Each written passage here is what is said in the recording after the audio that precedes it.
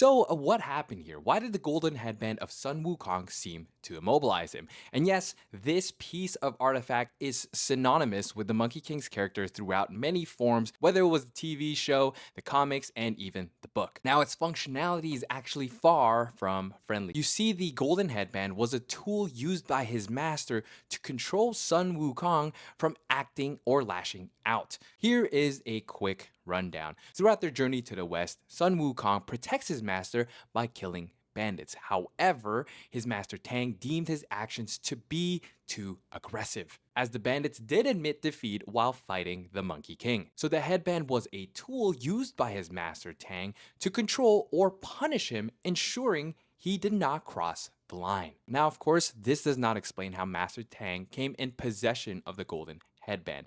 So let's dig into that a little bit. After the incident with the bandits, both Sun Wukong and Master Tang go their separate ways. Of course, the Monkey King feeling some sort of betrayal given the fact that he did save his master, and of course, Master Tang feeling that his disciple could have handled the situation much better. Now, throughout the monk's journey, he runs into Guan Yin, the bodhisattva associated with compassion. Now, it is her that gives unto the monk the golden headband, and she teaches him the mantra in order to render the Monkey King immobile. Once reunited, Master Tang is able to trick Sun Wukong into wearing the golden headband. From here, he exhibits its power by speaking the mantras, rendering the Monkey King immobile and in pain, similar to what we see in the cinematic intro. Now, of course, this leads me to believe that it was either the Bodhisattva Guan Yin or his master Tang who chants the mantra, intervening in his fight against Erlong Shan. Okay, so the next big plot point here is that at the end of the journey to the west, the Monkey King, of course, is able to receive his Buddhahood,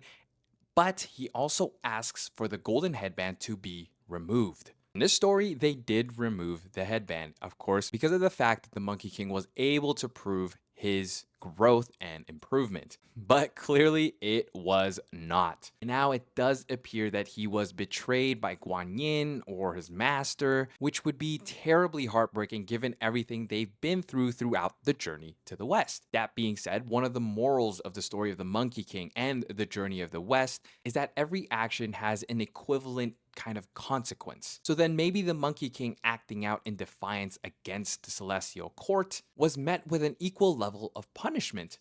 For me, it just seems rather unfair. He has done his due diligence to ensure his master was able to complete his task, yet they still punish him. Now it is time for my speculation and breakdown about what actually happened throughout this intro cinematic. And what I'm about to say is in a culmination of everything I've read, seen online, videos I've watched, and I'm just trying to compile it for you guys to better understand the game. So I will do my best to kind of explain it. Of course, if I'm wrong about anything, let me know in the comment section down below and let's get talking about it. Now, with that said, I stand with my previous statement. It appears that someone has betrayed Sun Wukong.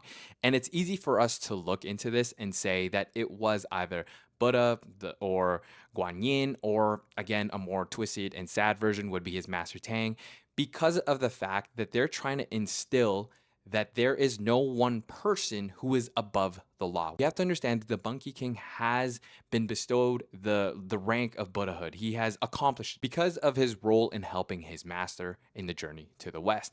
But the fact that he wants to be able to live a free life without the responsibility of a god or someone who is part of the court is where they have an issue with him. And this is why we see in the introduction, they are actually talking about how they killed all the monkeys in his home island. And it is kind of sad, of course, but we have to look at this from both sides here. You can't just have all of that power without, of course, having the responsibility that comes along with that position. So it does appear that the Monkey King prefers freedom and the ability to do what he wants without the responsibility of being a god. Yes, I sympathize with the fact that the Monkey King was able to make it to the top. He did everything that was asked of him.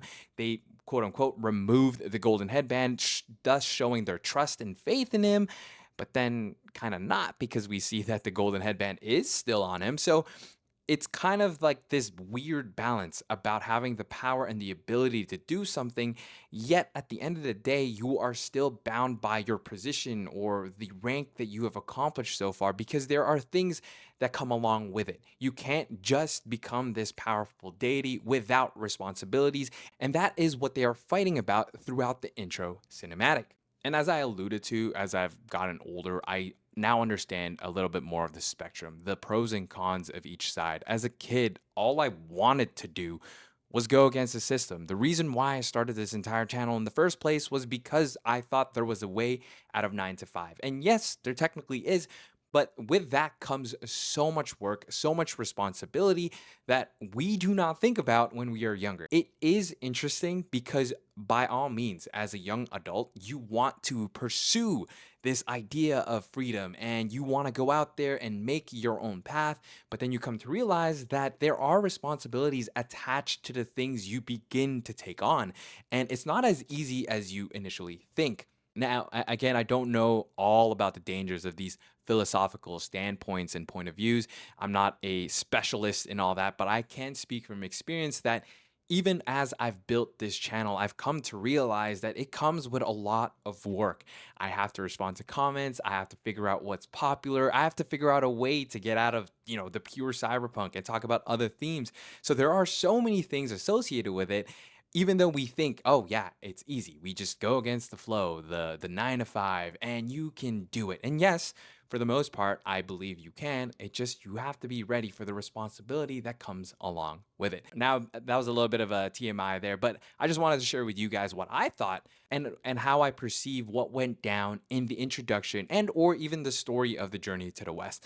If anyone is more knowledgeable, and of course, if I'm viewing this the wrong way, please let me know in the comment section down below. I am more than willing to talk. I just love this idea, and he's a very interesting character because I take a lot of what he's done and I sympathize and I empathize with it. But now, as an adult, I've come to realize that there are things that we are responsible for. So, yes, although I feel he was betrayed by either Buddha, his Guan Yin, or his master Tang, it is kind of the normal part, I think, I want to say, because it is just them humbling him, showing that, hey, you can't have all of this without having some sort of responsibility. Okay, so I just kind of want to end things off here by saying I did release some shorts, and people have been saying, oh no, he wasn't betrayed. It's all part of the plan. And I'm going to be completely honest, I have not finished the game as of yet. I've been digging for lore and I've been kind of going through every secret in every chapter that I have not gotten to the complete ending. I will stick with my stance for now and believe that he has been betrayed. I have checked Reddit to see if anyone can explain what exactly happened there. But so far, no one can really 100% say why the golden headband has not been removed. So I'm going to stick with my initial thought here, which is that he has been betrayed because of the fact that it should have been removed. And here he is being immobilized by this artifact. So I'm going to stick to that. Of course, guys, let me know what you think in the comment section down below.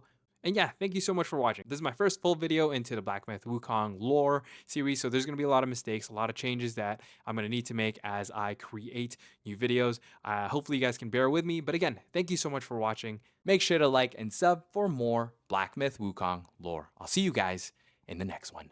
Bye!